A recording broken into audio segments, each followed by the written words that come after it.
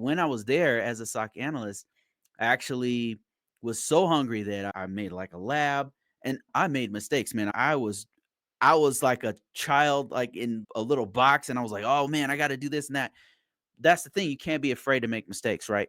But I kept going, and then I became a seam engineer. There was a role opened up for a seam engineer, and they were like, "Yeah, we'll show you how to do this." And I was like, "Hell yeah, I want to do it."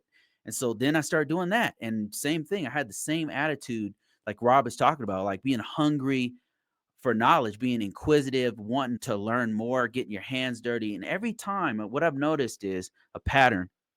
Every time I've gotten hands on with something and I got that deep into it where I was making my own projects or messing around with the tool myself and not just book knowledge, I always level up. And that's exactly what happened with this cloud thing. I started on my own doing like reaching out to people with Rob or Professor Black Ops and asking like the people who are already doing AWS or already doing cloud stuff, how do you do this? What do you do? What's your focus here?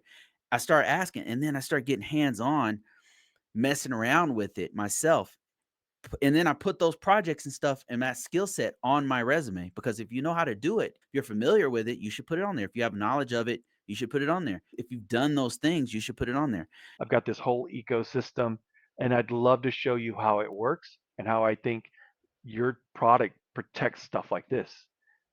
And so he was a little skeptical. He's okay. So I shared my screen and I started sharing my home lab. Now, remember earlier I was talking about all these free resources and containers and AI. Like I had gone through all the weekends of putting in work to build up this lab. And Wow. now I got to show it off. And as Wow. I'm showing it off, like a few minutes into it, I see him do this. He has his papers here that he's going to interview his interview questions. He has his papers, he puts them down, and then he takes his glasses off.